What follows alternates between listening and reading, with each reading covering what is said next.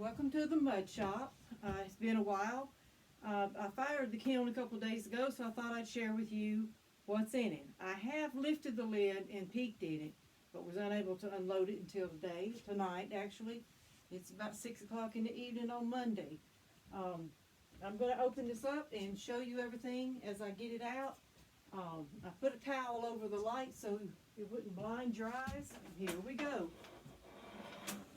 I did show a picture on Facebook looking inside the kiln before I fired it. I will take a quick picture so that I can compare it.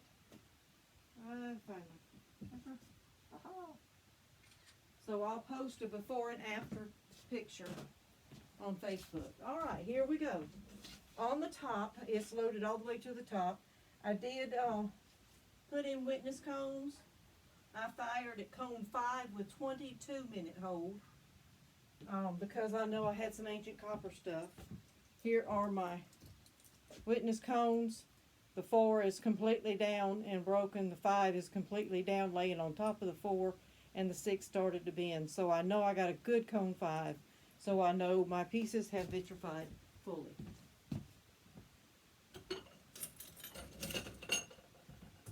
Normally, I put witness cones in the top and either the middle or the bottom.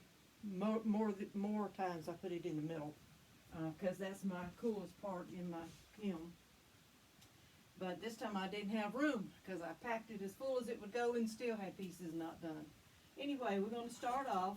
I took a GR pottery form and laid a little wooden Christmas tree, just a little plaque that I had gotten at the dollar store on top of that GR form, and then formed my dish over it.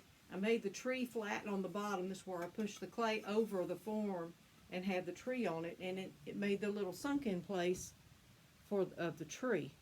Now these are two different color greens, but this is wasabi, and this was the true green, but because it's on the brown clay, it gave it a little bit darker color. So I did do some underglaze colors. Now these were supposed to be blue and green and red. The red did show. The green did show. The blue looks a little black underneath this glaze, so that's something to know. So that's first platter out. And everything is cool. I fired it actually on Friday. Saturday morning it shut off, and it's at 52 degrees now. Alright, here's another little dish. This one had the wasabi, the same colors I did on the other one, and you can see the texture on that. It's kind of a leaf texture. And I put little corner feet on the bottom. This also is the brown clay. 112, standard 112 speckled clay. Alright, uplifts that. Get these posts out. Now I've got some pieces in here that missed the last firing, and because of health issues I've not fired in over a month, so this has been waiting to be fired for about 2 months now. But I glazed, I did a little basket, and I'm going to show you. I used a Stilt on it because I glazed this completely. This is a standard white clay, the 240, and I just dipped it completely in the Clayscapes cream. So it turned out really pretty. I wanted it completely covered. Now when you have this, all you do is pop it off, and that's it. Now sometimes where the points touch, it'll leave a little spot, and I just take a little stone and rub it, and if that doesn't get it off, I use my Dremel tool and get that off. But that way it's completely smooth. These are speedball underglazes, the red and the green, and then I put a little bit of mixing clear, Mako's mixing clear over that to coat it and seal it. So there's the little basket. And you see it's glazed all around. Turned out pretty. Alright, to put the stilts away. When I get through making stuff, I have a little tiny spot of clay left, and I want to do something with it, so I do a little pinch of something. And I pinched a little tiny basket with the twisted handle on it and a little foot on it, and I glazed that in the one of the Mako blues. I think this was Downpour. Anyway, and this one I used sandbale decals. Had some little scrap pieces, and I just kind of quilted it on there, different ones. And this is the textured amber brown around the outside, and a little bit of a weave pattern rolled into the clay. You can see the weave pattern. I also did the bottom with the pattern. Alright, the Feast of Resistance. When I was in Pigeon Forge, I found this beautiful piece of lace, and I laid it on the clay, rolled it out into the clay, left the lace on it while I formed this big dish, and then I used Stroke and Coat red and coated it all over, and then wiped it back to show the textured areas. So I wanted the scenery to come out. And then I used Speedball red around the edges and around the bottom. And then I used Speedball clear over the whole thing. You can see I glazed it all the way up to the foot. And I had a good coating. Actually did 2 coats of the Mako Speedball clear. Now you can see I'm trying to get a glare on it so you can see there's no pinholing. It's a good smooth shiny finish. This is my Christmas platter. I will serve ham on Christmas Day, and I'm very pleased with it. I will be making some more, so I thought about doing one and doing different colors. Have the holly leaves green and the berries red, and glaze Mary and Joseph and the baby where they'll really stand out. But we'll see. It will come, and the little star, of course, will have to be yellow. So that is my Christmas platter. I did the ends of it kind of bowed out a little bit, so it kind of feels like a handle on it. But it has a really good feel to it. Really good and deep, and perfect. All right, get this big shelf out of here. Lift up and out.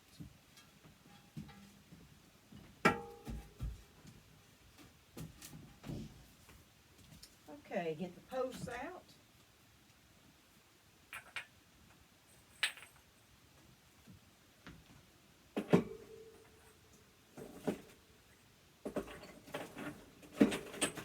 And I guess I either lied or forgot. But I do have witness cones on this shelf.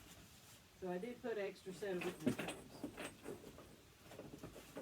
I don't use these big ones very often. Okay. And I did not do a cone 6 witness cone. I did the 4 and the 5. The 4 was laying down completely. Actually broke. The 5 is bowed all the way down, touching the shelf. So it is a very good cone 5. Very good. I'm proud of that. That means it reached its temperature all the way through. Okay, and on this shelf, I had another one of the little basket weave texture, and I put a little bit of a brown on it and wiped it back so you could really see the texture. And then I put the Speedball clear over that. This is the textured amber brown on the outside, and I did a Mako light flux around it to make it just kind of run and flow a little bit more. So that is the little basket bowl. These are new items. Will be in the showroom if you'd like to see them. Sometime this week they'll make it to the showroom.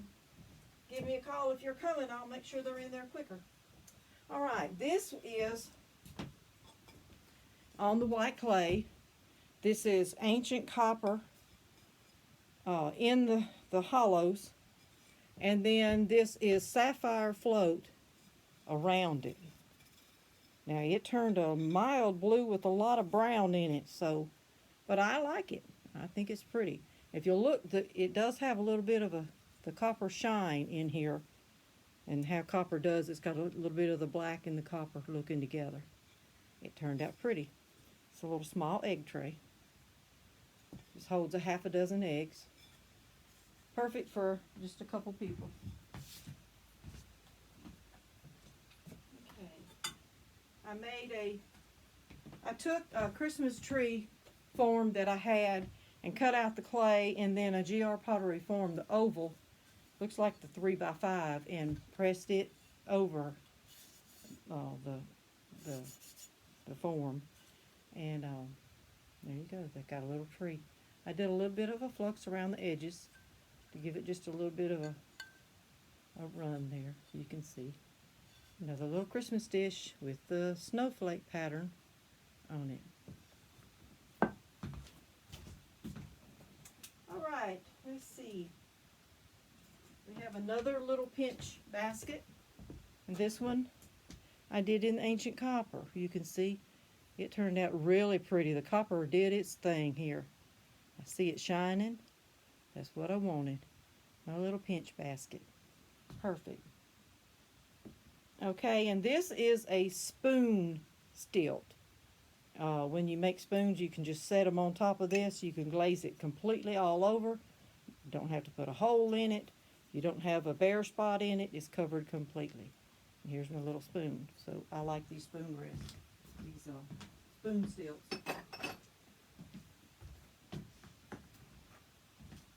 Okay, let's see. I got a little heart-shaped dish. This actually goes with a salt pig. Hasn't got fired yet, but it's on its way. It'll be the next into the bisque fire. But this got the little leaf pattern, so I shaped it like a leaf with a little vine rolled on it. It will have the spoon that matches also, and this is in the 112 speckled brown clay. Alright, looks like it's Christmas time. I got little forms from Michael Harbridge, Learn Fired Arts, and there's the little box forms, and I made these. I extruded the coils and matched them together, and then after they were about leather hard, a little before leather hard, I extruded the clay to made the bow on top of it, and there you go. It's a red package with the white bow, and this is the coyote really red and the coyote white on here. And this one also, instead of doing the coils, I did just a flat slab. So I wanted to try just a straight one. So if you're making the Michael Harbridge forms with the clay puzzling, you could also do the solid. And I really like how this looks. It's good for decoration. Now, this one you can put little fairy lights in it and it'll shine through the holes, or you can put a tea light candle under it and it'll shine through. This one won't, but it's still pretty to me. And I did the blue. This is Ultra Turquoise. I believe it's Laguna. I'll check and see. And then the really red. I love the really red. It just flows really well and it fires really well. So you could use this year round to decorate for a birthday or anniversary or whatever kind of party you're having as a little gift decoration. Alright, I made some little tiny decorations, little decorative balls. This also is another little, had a little extra piece of clay and I pinched it around. I did put it on stilt so that I could fire it all the way. And I made this little form and opened it up and made Mary and Joseph and the baby Jesus, and even painted a little star on the inside. And I'll tie me a ribbon on this and put it on my Christmas tree. It looks like just a regular red ornament on the back. I used speedball colors to glaze the inside. Here's the yellow. Use the yellow as the hay. Use the blue for Mary and the baby, and a green for Joseph. And then I used the speedball clear glaze and glazed the inside and covered the manger real well so everything is coated. And that way it'll shine. When your lights on your tree shine, it will shine on it. And that's my pinch ornament. Also, now the first little ball ornaments I did by hand. Some of these I did by hand. All these have the little stilt on them. I'm popping them off while I'm over here. I've showed you how they work already. Got one more. I'm gonna pick them all up while I'm here and show them to you. These were these two, the bigger ones, or the smaller ones, but compared to what I'm fixing to get out. These are the Michael Harbridge forms. So the little sphere, and I did the coils and made this one. I didn't poke a hole in it because it's got little places for the air to get out. This one I made solid, so I had to poke a little hole, and I did it at the top so that when the ribbon is on it, it'll be hiding it. And this is the red and the green. This one is red and white. Then I pinched a few smaller ones. And I did, Christmas colors are blue sometimes, so I did a blue with a little red on the top and a red one. It was supposed to be green on top, but it kind of faded out, didn't it? I used the Speedball green, so I should have used just a regular Mako green glaze maybe next time, but I wanted something that would be stable and not run, so that was the reason I chose those colors. And got the little hook, and I did them gold, kind of, so I'll put ribbons on them and hang them up. Also, the Michael Harbridge spheres, I have the bigger ones that I've done before. Yeah, I have to pop this one. There we go. All right, this is a little bigger. This one you can put fairy lights in, the hole's big enough. Matter of fact, I have one in the showroom that's got fairy lights in it. And or you can put a little tea light candle in it. So, but this, and it's got a little foot, like I made a little foot so that it sets flat on the table. Or you can put them in a bowl with different size ornaments and use it as a decoration. This one is Snapdragon, Mako Snapdragon. So it's not a red. It looks more red in the video than it actually is. So it looks more like a fire brick red, but it's pretty. Let's see, I'll put it down in this bowl where it doesn't roll. All right, and the other sphere that I did this one in ancient copper. Yes, I like ancient copper, and it did turn out pretty and shiny. Get it where the camera can pick it up. And I did snow on the top, Mako snow, so that it would run. And I put a little bit of the Mako light flux on it, trying to get it to run and drip. It's hard to on these coils here to get it to drip, but you can see through this one really well. You actually could fix it on a ribbon where it would hang on a tree if you'd like to, but this is pretty big. It's not very heavy, but it is pretty big. And again, they set on the table. See? All right. We are ready to remove another big shelf.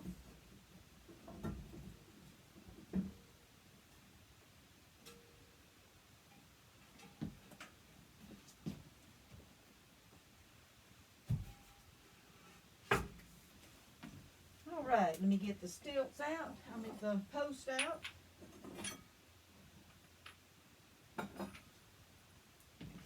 On this level, I have some little spoon rests that I used at our Christmas gathering to just set around. You know how you have the long bar with all the food and all the spoons, and so I just set these around to set the spoons on so they don't get the counters dirty. Anyway, I did different color dots here. Some purple, some red, some blue, some green. And they did not show up very well. But I used downpour over it. So, there you go. And it's on the white clay. This one I just did the, I'm not sure which Mako Blue Storm, I think, on this. One of them. But I did a little cookie cutter stamp on here. And I did highlight him a little bit in a darker blue. And made sure his little hands were filled in good. So that's a little spoon rest. This one is a star, and I just did this in marigold, Mako's marigold.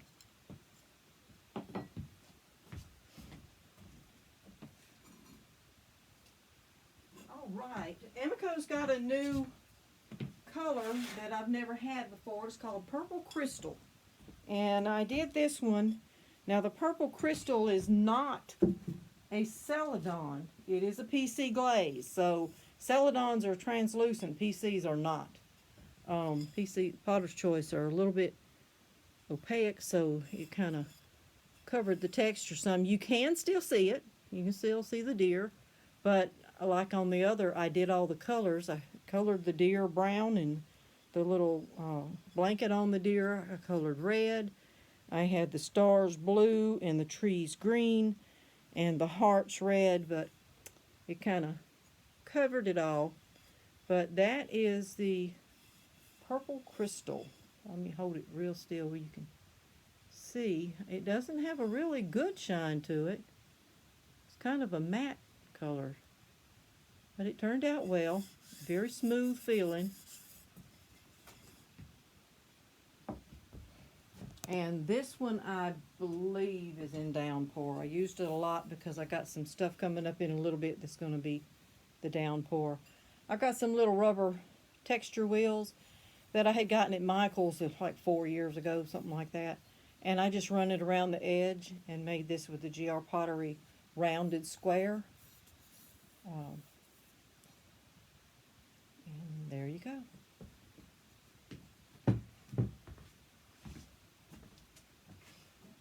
I have a little tiny dish here, just from the little dab of clay I had left. I made a little dish with the little tiny ball feet on it, and I did the little weave texture. There you go. And that is it Laguna? No, this is Mako. Mako Stoneware Dark Green Gloss. That's what this is. And I wiped back here and then put some clear on it because I didn't want that to be covered completely. I wanted that weave texture to shine. So that's what that one is. All right, this is a gift for someone. So shh, don't tell. Maybe they won't watch the video until after Christmas. All right, my first time to ever make an ashtray, and I know you just can't buy them anymore because nobody wants anybody to smoke, but if they do, they do. There's nothing you can do about it. But I did the weave pattern here, texture amber brown at the bottom, and this green at the top, and it did some flux so that it would run together. You can see where they overlapped inside. So that's real smooth, so it'll work. Take these shelves out, go down one more level.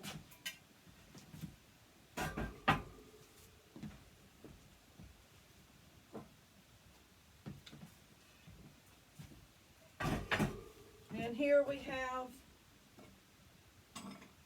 the rest of my little spoon rest. Alright, I made a couple bell shapes. And these came from the Dollar Tree.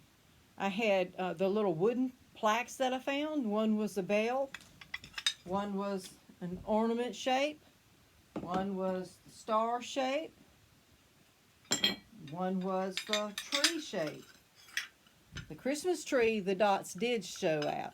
So I did different colors of the speedball underglaze and then covered it with, trying to remember which green.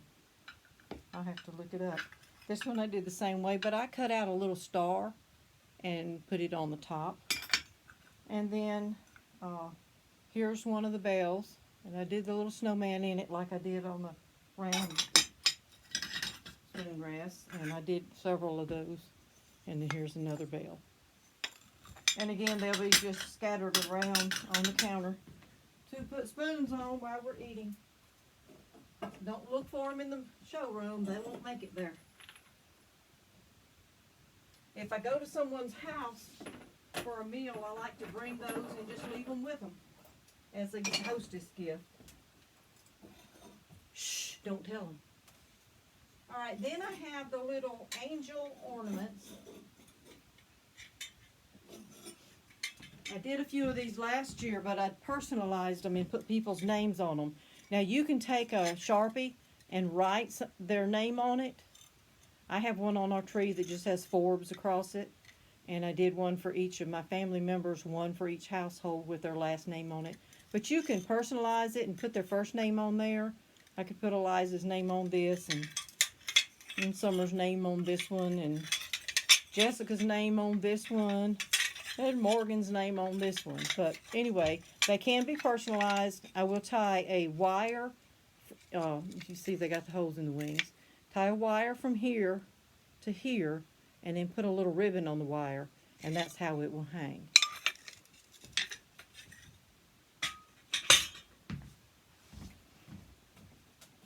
Go down to the last shelf. We have made it to the bottom. Woohoo, I see another Christmas present. And it turned out pretty well.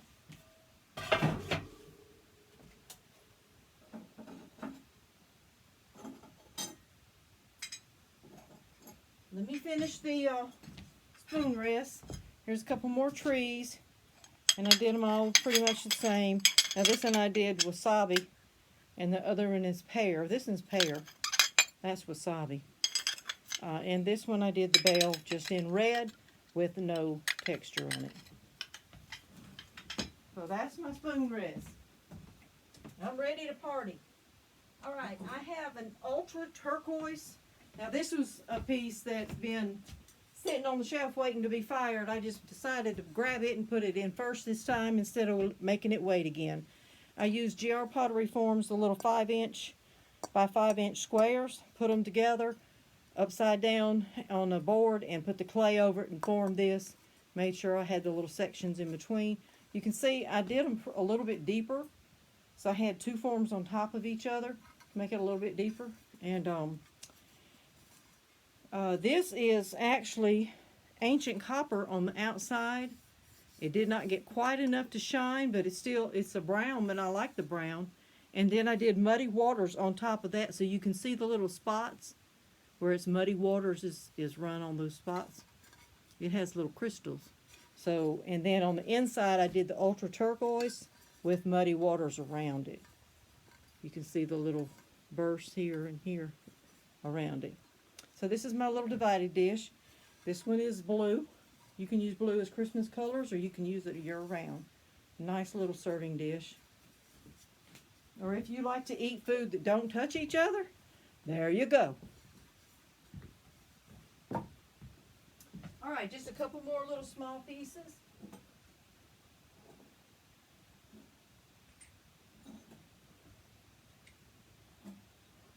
I have a little thing that's called a bed of nails. And that's this, and that's what I use to fire things like the candy canes and things on. They just lay on top, and you just make sure they're resting well on the nails. And when you get it fired, see it's glazed all around. It just pops right off, no problem. This is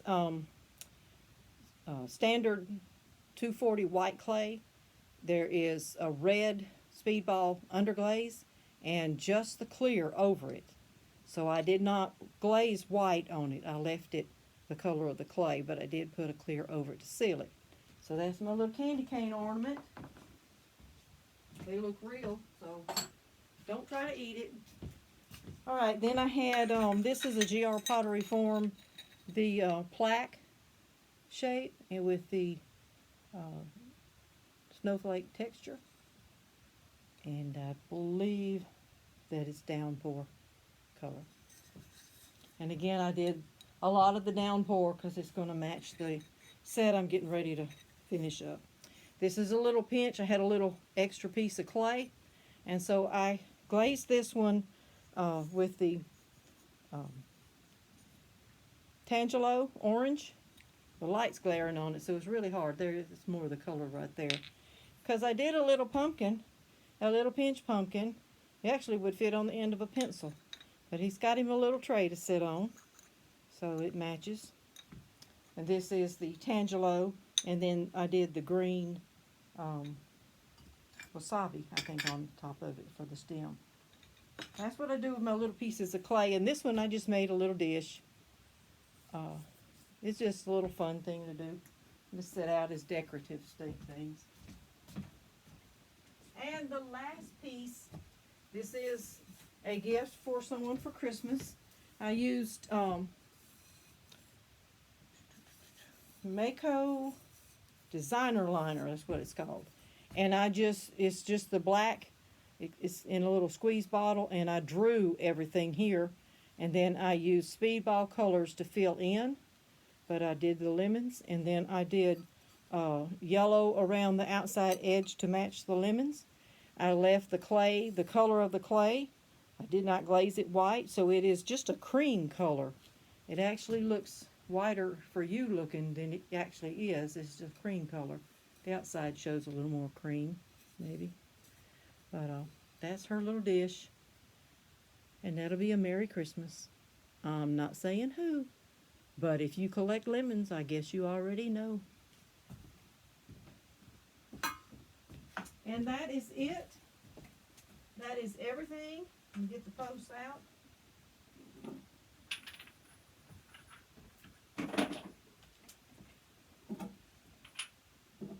I leave the grog on the shelf in the bottom, because that's where my large platters always go.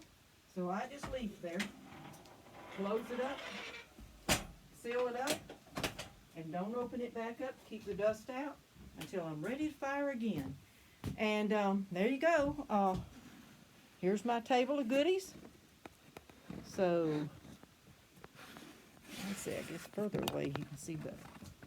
So thank you for joining me in the mud shop, and come again. Bye.